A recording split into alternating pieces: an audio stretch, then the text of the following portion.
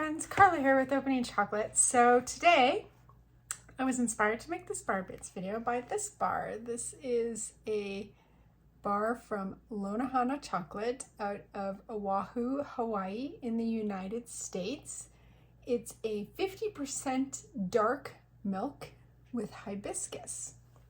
Hibiscus, full disclosure, is one of my favorite inclusions. I have a lot of favorite inclusions, but I wanted to talk to you because hibiscus has a little bit of the floral botanical in it. I wanted to talk to you a little bit about what is hibiscus, what kind of plant we're eating, where the parts we're eating are coming from, and that sort of thing. So the hibiscus that is usually used in foods and teas, it's red, it's called Hibiscus sabdariffa, and it has a lot of names. So sometimes it goes by roselle or rosella, lemon bush, sour, jelly okra, Queensland jelly, Florida cranberry, Jamaican sorrel, what am I missing? Indian sorrel, lemon bush, Jamaican tea, Bissap, maple leaf hibiscus. It's just got so many names. So traditionally used to make a hibiscus tea. It is most hibiscus the flowers are edible. You could eat the flowers. Now, don't go out and test this. Make sure you know what you're eating. But a lot of hibiscus plants do have edible parts. The hibiscus sabdariffa, which is what we're talking about today, almost the whole plant is edible. I'm trying to think if the roots are edible. I'm not entirely sure about the roots. I know the leaves and the flowers and the part that we're going to talk about today is edible, but I think most of it is. Traditionally used to make a tea. It's in the Malvaceae family, which is the mallow family. Other things in this family are our beloved cacao, okra, cotton, baobab, balsa, many. It's a big family. Hibiscus native to Africa, but spread to Asia and the West Indies in the 16th and 17th century, where it's pretty much become naturalized. It's a small, showy shrub, usually. Got these gorgeous flowers on it that have kind of like a circle, darker color in the middle. The part that we eat is not the fruit, or most likely the part that we're eating is not the fruit, and it is not the flower. It's part of the flower. It's the calyx. This is the part we're eating. So quick botany lesson. Here we go. Let's do this fast. So here is a general flower. So the two things that you see in the flower that are petal or petal-like are obviously the petals. A whorl of petals is called a corolla. Now below the petals on the flower, there is often some what look like green petals.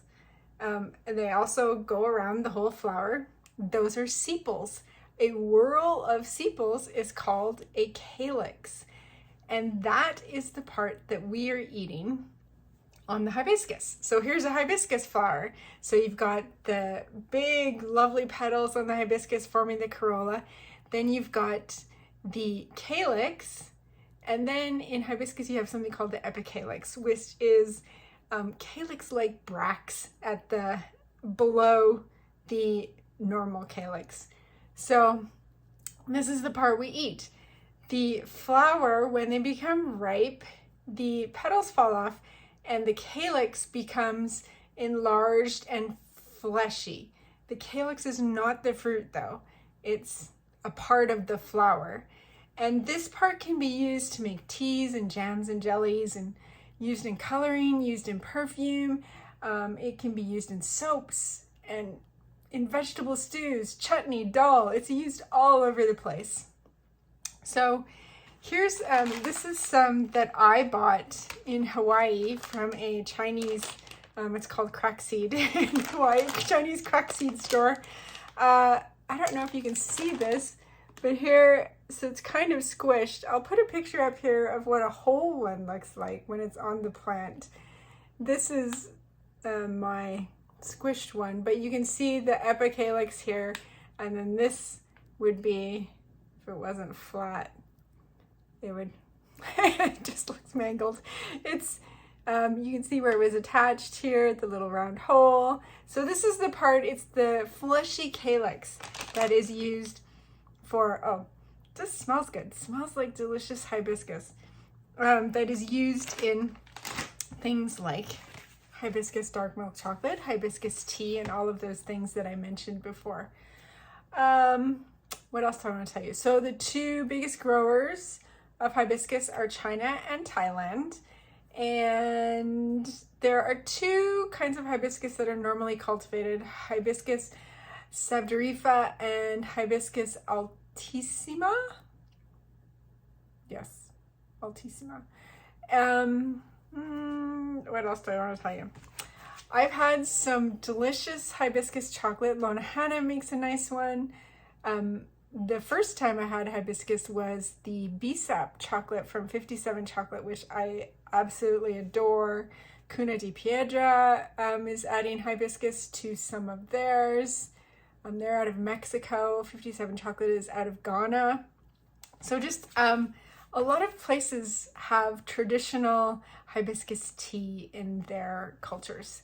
And so I'm glad that we're seeing this more in chocolate. Like I said, it's one of my favorite inclusions. And I hope that you will get to try it as an inclusion in a chocolate bar one day. Thanks, Lonohana, for inspiring me to talk about hibiscus in chocolate. If you've tried a hibiscus in chocolate or hibiscus tea, or you got some facts you want to drop about hibiscus in the comments, let me know. I read them all. And that is all I have today for today's Bar Bits video. Thanks for watching, and I'll see you next time.